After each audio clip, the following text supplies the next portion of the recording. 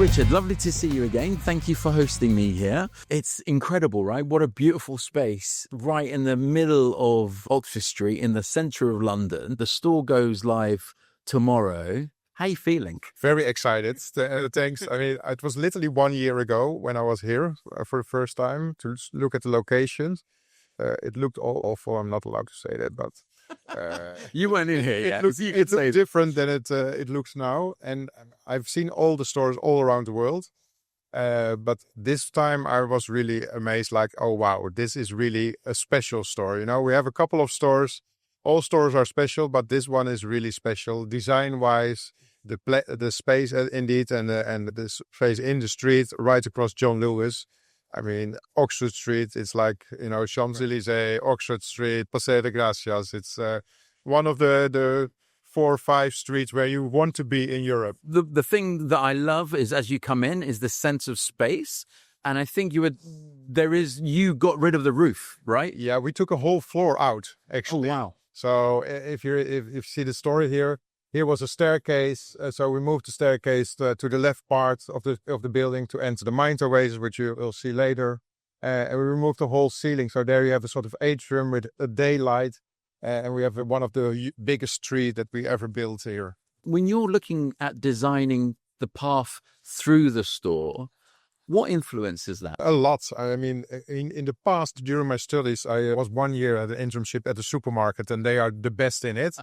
So I learned a lot from them. But also here, I mean, when a customer comes in, I want them to surprise every time. So they start with a promo table, but we all know people are right orientated, even in the UK. Where they drive on the left, but still right orientated, store-wise. So it's really like, how can we get people every time that they discover something? So they see this, but in the meanwhile, they see already something else and get triggered to go further into the store. Where should we go next? In terms of going through the store, and where do you recommend? Well, I mean, of course, we have here all our rituals. So with our rituals, you have automatic the flow to the back of the store. But if you're a new customer, we definitely will bring you to the water island. Okay. And I think you've got AnneMarie waiting for me there, right? Yeah, absolutely. Okay, so let's go. I'll go meet AnneMarie and then meet you afterwards. See you later. Thank you. Yeah. So I'm privileged enough to be joined by AnneMarie for the second time I'm making her do this because I didn't press record. Anyway, I'm joined by AnneMarie, Managing Director of UK and Ireland. And as we all know, Oxford Street is such a unique place in British shopping history. And it sort of splits between tourism and people that live or come into the area. What I'm curious about is how Rituals is positioning itself in that unique way between tourism and locals, and just to get your thoughts on it. I mean, it's fascinating for me. I've been working on Oxford Street for the last 20 years. So actually to bring the Rituals concept in this environment to the community here is just fantastic. We definitely see a 50-50 split, as you said. And I think most of our customers are very familiar with Rituals at this stage, whether they work in London, they probably reside in a suburb. So we really encourage them from other stores to come and test and see our free news store, which we've got some exclusive assortment, and we've also got our Mind Oasis treatment. So we definitely work with word of mouth to send our community in here to get the full experience. We also have a really strong CRM database across the UK and Ireland market. So we reach out to our loyal customers through that. Yeah. And I think it's just a really lovely space on Oxford Street to slow down for a moment. We're all very busy, particularly in London, and come down and have a moment to yourself. I'm super lucky because I got a chance to experience the Mind Oasis in Paris when you had it for the Olympics. I'm curious, I think you said it's already sold out for the first 5 days, right? Yes, absolutely. I think all this weekend, organically, our customers have either been passing our windows or been online and they've heard about us. So definitely our loyal customers are really eager to experience the Mind Oasis. So yeah, we're totally booked out, and hopefully we will be for the rest of the year. We're here at one of your islands. What's the name of this island? This is our water island. So this our is famous water island. From a customer journey perspective, this is where the relationship will start with Rituals? 100%. So if you've never been to Rituals, we know once we welcome any of our customers into the store, we really encourage them to come to the Water Island as a starting point. Yep. So we can explain our kind of 3-step ritual routine, where we start off with some of our core products across all of our fragrances. So depending on what your fragrance preference is, we will then start off with using our body scrub on a hand massage. So that we cleanse and we clean your hands down. Then we work with our famous shower foam, which is just absolutely exquisite. It's like clouds. Oh, wow. And then we finish it off with a body cream. So afterwards, you'll not only have tested our fragrance, but you'll understand how luxurious our products are, and you're left with just beautiful hands after. Oh, wow. So, And sorry, I was going to say, and then also through that, you can talk to our teams and they'll educate you on our further assortments, so that you'll kind of understand the world of rituals better. And just to experience the rest of the store. And at this time of the year, we have our famous Advent calendar. Advent calendar. I've got my eye on one of those. We've got to go home. I can't go home without. Plenty to offer. Yeah, over there, which is actually as you come in. What role does technology play in physical retail for you? Yeah, I mean, I think it's essential to move forward with. Absolutely. I think that we have a lovely balance between that, because we're very clear that our customers love to come to our stores for the experience and experiencing the fragrance and the service and the environment.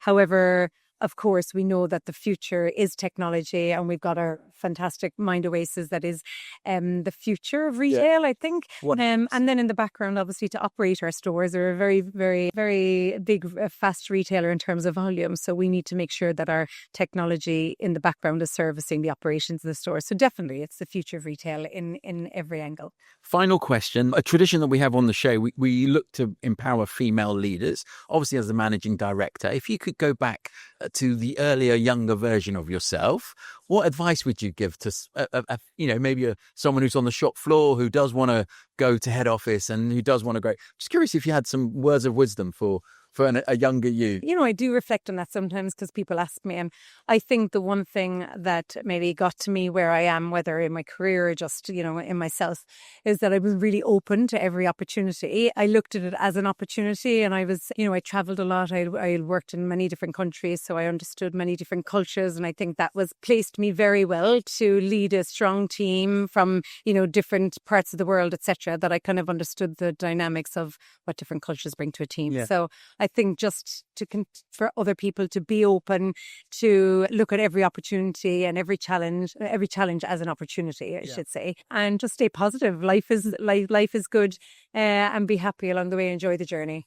AnneMarie, that's wonderful. Thank you ever so much for giving up the time and showing me this beautiful part of your store. I'm going to go back to Richard and we're going to continue the tour. Thank you so much. Lovely to talk to you. Richard, what an incredible space you've got here. I remember one of the feelings I had as I went up the stairs in Paris, and here we're coming down the stairs. Yeah.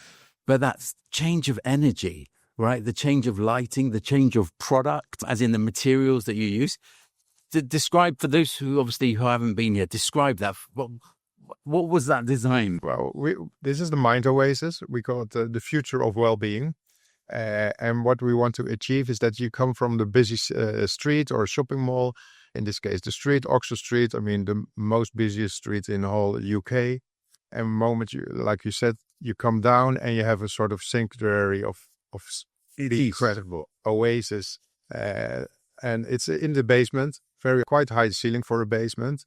And all use natural colors and all the same family colors, as you can see. It's not bright colors, all to make sure that you really get in a slower space. Yeah. And you feel it directly if you come down. People start to whisper. In upstairs in the store, people are like enthusiastic and like, oh. And the moment they come up the stairs, they start. Yeah. And that's actually what we really want to achieve, of course, with the Mind Oasis, that people take a moment for themselves and a moment of relaxing, because that's in the end what we want to achieve. We've got a genius team behind you. Yeah, a very talented team. Yeah. And it's like we learn every time. So every time, and we do that with the stores already. This is store number almost, we have more than 1,400 stores. But still, every time we are very critical. How can we make it better? So the same we do with the Mind Oasis. Yeah. How can we make it even better? So if you see the first Mind Oasis that we built in the House of Rituals in Amsterdam, it's still the same look and feel, very recognizable, but there are a lot of small details that we made different. And we learn on the way. Yeah. And it's also here, and like a small thing like the black frames are now wooden frames. Yeah. And it has completely different look and feel. One of the things I wanted to ask you before, which we didn't get to, what's your view on technology and the physical retail world? What's the relationship? Well, there are different with technology. Technology sometimes is for a lot of people screens. Yeah. And we have screens, but I know the first time I had a meeting with our supplier, the first thing I said, I hate screens. Okay. So there was a good start. But I think it has to add something, not just on the sake of having screens or having technology. Yeah. But if you see, for example, here, the pods, the brain massage, that's one big piece of technology, but you don't see it, you don't feel it, you don't see it. And that's I think how technology should work. Not visible, but it works. It's like a car. Most people don't care about the engine. Yeah. They don't know how the engine works, as long as it works and you don't hear it. Yeah. But it's always working. Yeah, no, absolutely. And there's another thing you mentioned to me, and I was speaking to AnneMarie, and I'm just curious from a design perspective, when you're briefing your team, this sense of community and how retail has to be relevant for the next 5 years is about relevance and community and experience. Again, you're doing all the boxes. But what's the thinking behind that? Well, this is a premium store. So in most cities, we want to build premium stores, and we use that as the hub for our community, for all the stores around it. So also here now in London, everywhere we stimulate you to come to this store. So it's not the other store. We have a store here 10 minutes, 15 minutes also on Oxford Street. It's not they don't feel themselves as a competitor. No, they are also part of building the community of London. So we want to use those premium stores really as a community hub. And the Mind Oasis, of course, they're a perfect example for that. Final question. What's your favorite part of the store? What's the one thing, if you had to choose just one thing? Well, I can't. Two things. Okay. I love the shop front is amazing. Yeah. Especially in the evening with the LED lights on it. It's very classical, but also very modern. Yeah. Very delicate. So I really love it, and it's hard to jump out in the messiness of Oxford Street.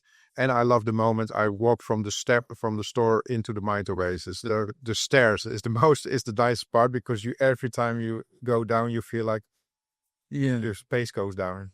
Yeah, it's a definite feeling. And I know I said it was the last question, but you reminded me, upstairs, in terms of the fixtures that you've got, I noticed at the back of the store, you've actually got a completely different type of fixture, one that's maybe resembling someone's home. Yeah. What's the thinking behind that element? Now, in general, you see it also with the lighting in the store. Yeah. You always want to create a sort of home feeling. Yeah. What I don't like is that you use completely different lights, and then you're at home with your product, and it looks completely different. So we really want to make people feel at home, and that it feels like home.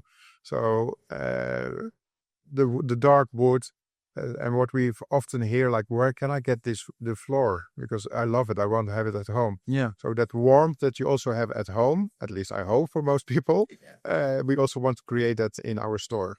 Yeah, and it does have that sort of uncanny sense of familiarity. I think lighting 100% is beautiful in the store. It's such an important, I think it's undervalued. Undervalued, absolutely. And people don't understand that even in this space, when we came in, he actually, on the other side, he was moving the details. Richard, thank you so much for allowing me to come. The official opening, this will go out today. So if you're in Oxford Street or in any part of London, come down. Although, to be fair, the Mind Oasis is booked for the next 5 days. But always good to see already. Yeah, make a reservation. Yeah, make your reservation, because it's I think the best value for money experience that you can have for half an hour of disconnection. I don't think there's anything like that. But anyway, Richard, thank you so much. Nice that you were here. Thank you.